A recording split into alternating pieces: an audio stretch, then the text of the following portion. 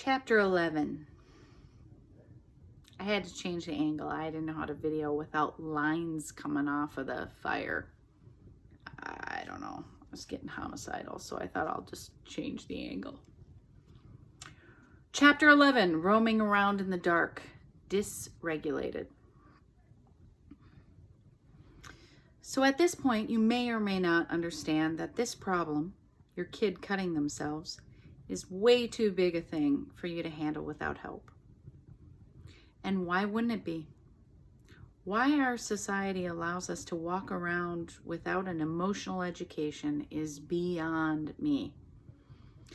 When all of us are humans, and all humans experience emotions, you would think we would want to know all about emotions.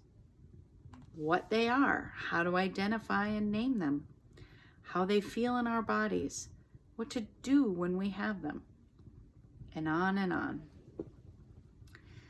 Psychology, the science of human emotions and behavior, is, for some reason, not something we value getting to know.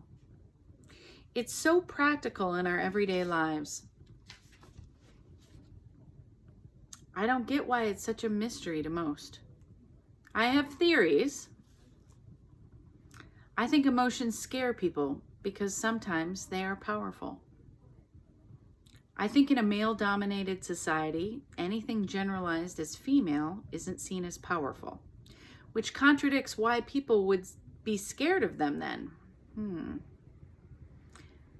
Does that translate into females are powerful, and if we keep people ignorant of emotions, we can keep females from ruling the world? A discussion for another day. Point is, I believe it is truly no fault of yours that you had no idea how to handle your kids cutting before you opened this book. I mean it. Cutting is a weird, secret, scary, wildly misunderstood behavior, even by most professionals in the field of mental health. Until we start teaching children about their emotions in school, I don't see how we will eliminate crises like the one you're in now. But now you know there is help out there. You'll have to sift through the drones and lemmings of any profession, but you have read this book, so you know a hell of a lot more about your kid's problem than you once did. So kudos to you. That was a seriously brave step, and you know I didn't sugarcoat it to go down easy.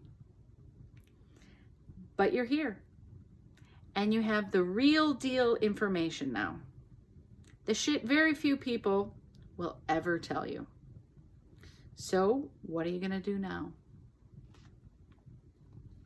I would think with the knowledge and confidence you have because of what you just read, that you might be tempted to just try it on your own. No, 1,000 times no. You do know more than the vast majority of people, but untreated, and I mean by a professional, you are still out of your depth. I have given you some commonalities of kids that engage in cutting behaviors, but it remains true that everyone is different. And that variability, and you without a license, means the treatment plan still needs to include someone qualified to give treatment. For something as serious as cutting and really all self-harm behaviors, that means someone with training. There are a lot of things that went off the rails for someone who resorts to cutting themselves on purpose as a way to cope. That does not change overnight, and in fact, tends to get worse without proper effective treatment. You don't want your kid to decompensate even more. I don't want your kid to decompensate even more. And without professional help, that's what the numbers tell us will happen. You have a shot right now to take swift and immediate action. You now have a clear idea what the problem is, so you can do something about it. You don't know where this goes from here if you go possum on this, but I do. You'll spend tens of thousands of dollars on a wilderness program and or therapeutic boarding schools and or an inpatient rehab facility and or legal fees and or your kid is still or back living with you in their 30s, etc. You're going to spend some money and time on this, so why not get the most bang for your buck now? I know therapy is expensive. And newsflash, your kid may need to start at twice a week and take a DBT class. And though you may see some positive results right away, these behaviors took years to develop and will take some time to undo. And I don't want you to start this process and then get scared or impatient and mood dependently decide that's good enough. I really can't tell you how heartbreaking it is to watch parents yank their kids from working with me at the first glimmers of progress, only to have them come back years later with a huge shitstorm, and now they want me to solve the problem. I'm good, but I'm not a friggin' miracle worker, though I was that in a high school production. Yeah, that's still not right, because Annie Sullivan is the one that's the miracle worker, and I played Helen Keller, so that doesn't make sense.